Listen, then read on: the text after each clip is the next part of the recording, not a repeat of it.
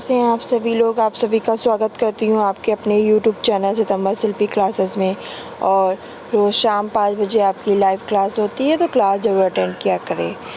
तो आज जो क्लास हो रही है इसमें हम लोग ने कल पढ़ा था कि मुख्य सेविका की क्या जिम्मेदारियाँ होती है, क्या भूमिका होती है, इसके बारे में पढ़ा था। आज हम लोग जानेंगे कि मुख्य सेविका किसका मार्गदर्शन करती है और मुख्य सेविका का कौन मार्गदर्शन करता है।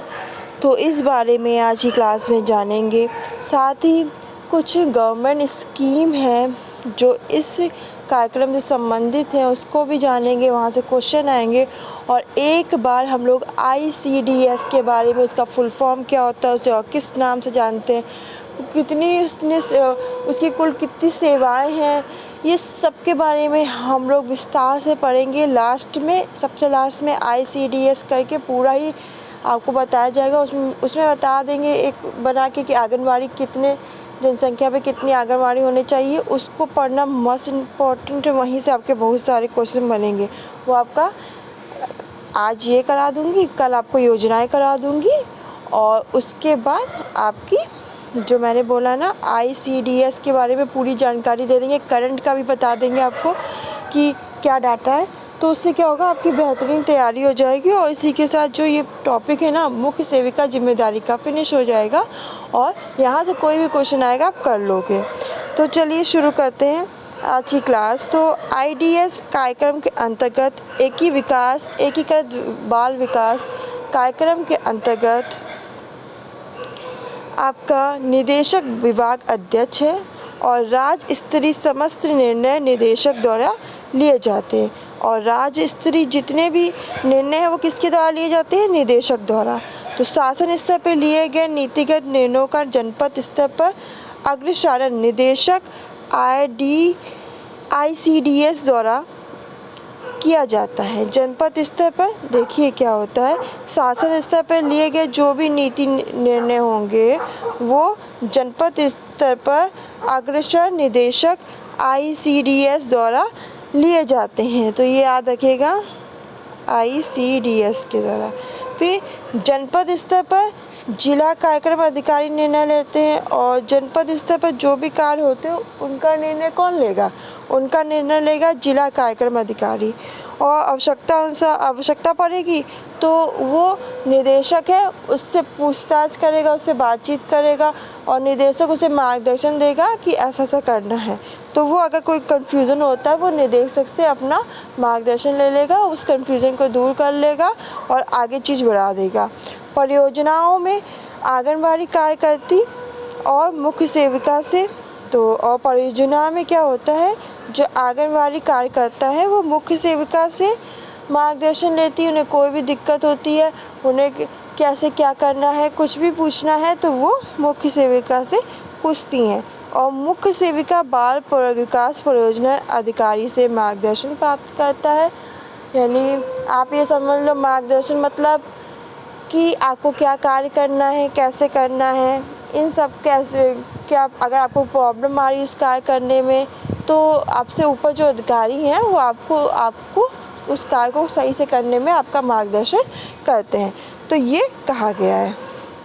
अब कर्मी और उनका पर्यवेक्षण हेतु अधिकार क्षेत्र क्या है, तो इसको भी पढ़ लो। यहाँ से क्वेश्चन अगर बन गया तो गलत करके मत आना। निदेशक एवं निदेशालय में तैनात कर्मी, तो समस्त जिला कार्यक्रम कार्यालय बाल विकास, जिला कार्यक्रम अधिकारी अपने जनपद के समस्त बाल विकास परियोजना कार्यालय, मुख्य सेविका सेक्टर और आंगनवाड़ी केंद्र बाल विकास परियोजना अधिकारी होते हैं। वो अपनी परियोजना के अंतर्गत मुख्य सेविका सेक्टर व आंगनवाड़ी केंद्र मुख्य सेविका होती हैं। वो क्या करेंगी, पर्यवेक्षण कहाँ करेंगी, वो अपने क्षेत्र के आंगनवाड़ी केंद्र पे। और जो आंगनवाड़ी जो कार्यकर्ता है वो आंगनवाड़ी केंद्र का संचालन करेंगी, पर्यवेक्षण करेंगी, व जो आंगनवाड़ी जो सहायिका है उनका मार्गदर्शन करेंगी। तो आंगनवाड़ी कार्यकर्त्री हैं वो क्या करेंगी, वो आंगनवाड़ी सहायिका का मार्गदर्शन करेंगी। तो इसको ध्यान में रखिएगा, मतलब किसका पर्यवेक्षण करने का निरीक्षण करने का अधिकार प्राप्त है। तो निदेशक व निदेशालय में तैनात कर्मी है समस्त जिला कार्यक्रम में कार्यालय और बाल विकास। तो जितने भी समस्त जिला कार्यक्रम कार्यालय उनका निरीक्षण करेंगे, उनका पर्यवेक्षण करेंगे। जिला कार्यक्रम अधिकारी अपने जनपद के समस्त बाल विकास परियोजना कार्यालय और मुख्य सेविका सेक्टर व आंगनबाड़ी केंद्र का। फिर बाल विकास परियोजना अधिकारी अपनी परियोजना के अंतर्गत मुख्य सेविका सेक्टर व आंगनबाड़ी केंद्र का और मुख्य सेविका निरीक्षण करेंगी, पर्यवेक्षण करेंगी अपने क्षेत्र के आंगनबाड़ी केंद्र का। तो एक अधिकारी पोस्ट है, अच्छी पोस्ट है। आपको निरीक्षण करना है, प्रशिक्षित करना है आंगनबाड़ी जो कार्यकर्ता है, उनकी सहायिका है उनको। आंगनबाड़ी जो कार्य करती हैं उन्हें आंगनबाड़ी केंद्र का संचालन, पर्यवेक्षण व आंगनबाड़ी सहायिका का मार्गदर्शन करना। तो इसको लिख लेना, यहाँ से अगर क्वेश्चन आता है तो गलत मत कर देना। फिर आप पर्यवेक्षण चार्ट देख लो, मैंने जैसे बताया निदेशक है वो निदेशक, फिर जिला कार्यक्रम अधिकारी आएगा, फिर आपका बाल विकास परियोजना अधिकारी, फिर मुख्य सेविका, फिर आंगनबाड़ी कार्यकर्ता। यानी निदेशक है वो क्या करेगा, जिला कार्यक्रम अधिकारी का पर्यवेक्षण करेगा, फिर बाल विकास परियोजना अधिकारी, जिला कार्यक्रम अधिकारी बाल विकास परियोजना अधिकारी का निरीक्षण करेगा, पर्यवेक्षण करेगा, और फिर बाल विकास परियोजना अधिकारी मुख्य सेविका का पर्यवेक्षण करेगा, और मुख्य सेविका हमारी आंगनबाड़ी कार्यकर्ता का पर्यवेक्षण करेंगी, और जो आंगनबाड़ी कार्यकर्ता हैं वो क्या करेंगी, जो आंगनबाड़ी सहायिका है उनका मार्गदर्शन करेंगी, उनका पर्यवेक्षण करेंगी। तो ये समझ में आ गया होगा।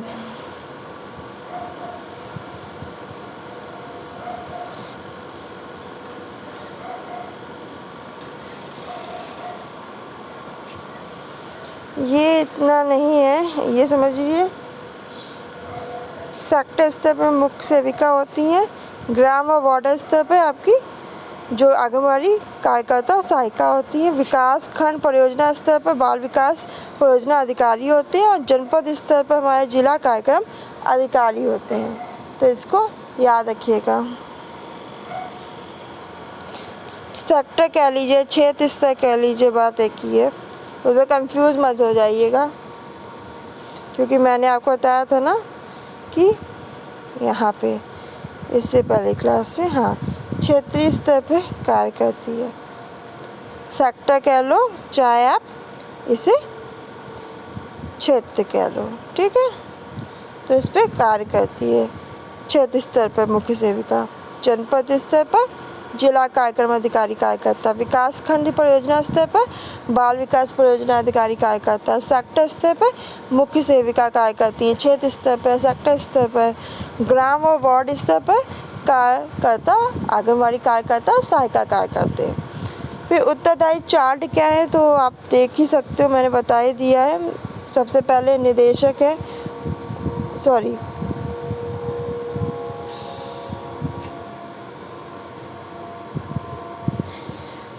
देखिए इसमें क्या है, निदेशक ऊपर से ऑर्डर आया, फिर जिला कार्यक्रम अधिकारी ने नीचे ऑर्डर दिया, फिर बाल विकास परियोजना अधिकारी ने उसके नीचे, और फिर मुख्य सेविका ने अपने नीचे वाले कर्मियों से काम करवाया। फिर यहाँ से रिपोर्ट लेके मुख्य सेविका ने बाल विकास परियोजना अधिकारी को दी, फिर बाल विकास परियोजना अधिकारी ने जिला कार्यक्रम अधिकारी को दी, और फिर निदेशक पहुँची, और वो जो डाटा था कितनी बार मृत्यु दर हो रही है, इतनी माता को पोषित है, इतने बच्चे को पोषित है, वो डाटा छप जाता है और हमारे पास आ जाता है। तो ऐसे ही छपता है। तो आज की क्लास में हम लोग ने पढ़ा कि मुख्य सेविका के बारे में कि किस स्तर पे कार्य करती है और उसका पर्यवेक्षण क्या होता है, इसके बारे में पढ़ा। अच्छा, एक बात और देखिएगा कि जो मुख्य सेविका होती है उसको जो निर्देश प्राप्त होते हैं वो बाल विकास परियोजना अधिकारी से प्राप्त होते हैं। वो मतलब उससे बाल विकास परियोजना अधिकारी से भी ऊपर होते हैं अफसर, पर जो मेन है वो अगर आपसे पूछा जाए कि मुख्य सेविका को निर्देश कौन देता है तो हमारा बाल विकास परियोजना अधिकारी देते हैं, और वो बताते हैं कि ये काम करवाना है आपको, ये योजना आई है, प्रशिक्षित करना, एक तरीके से उनको समझाना बाल विकास परियोजना अधिकारी का कार्य है। और फिर उसी चीज़ को आगे बढ़ाती है हमारी मुख्य सेविका आंगनवाड़ी कार्यकर्ता के पास, और फिर आंगनवाड़ी कार्यकर्ता के पास पहुंच के फिर वो पढ़ता है आंगनवाड़ी सहायिका के पास। तो बाल विकास परियोजना अधिकारी मुख्य सेविका का मार्गदर्शन करता है, और मुख्य सेविका हमारी आंगनबाड़ी जो है आंगनबाड़ी कार्यकर्ता हैं और सहायिका हैं, उनका मार्गदर्शन करती हैं काम को करने में। तो ये चीज़ समझ में आ गई होगी। बीच में है मुख्य सेविका, इधर आपके बाल विकास परियोजना अधिकारी और इधर हमारी आंगनवाड़ी। तो ये है कनेक्शन। तो आपको समझ में आ गया होगा। मिलते हैं कल की क्लास में शाम 5 बजे। कल हम लोग कुछ योजनाएं पढ़ेंगे जो आपकी एकीकृत बाल विकास योजना से संबंधित है और इम्पॉर्टेंट है, पूछी भी जाती है। उसके बाद हम लोग ICDS यानी एकीकृत बाल विकास योजना को अच्छी तरह से समझ लेंगे। जहाँ से क्वेश्चन बनते हैं वहाँ से अच्छे से पढ़ लेंगे। एक बार एक क्विक आराम से हम लोग रिवीजन कर लेंगे।